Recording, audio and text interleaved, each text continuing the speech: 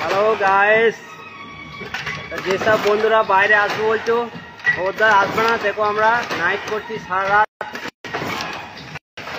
ঘুম নষ্ট হয়ে যাচ্ছে। দেখো সব কাজ করছি, সারা রাত কাজ করতে হবে, 12 ঘন্টা ডিউটি।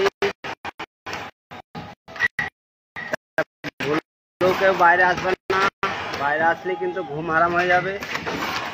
দেখতেই পাচ্ছ সারা রাত থেকে কাজ করছি।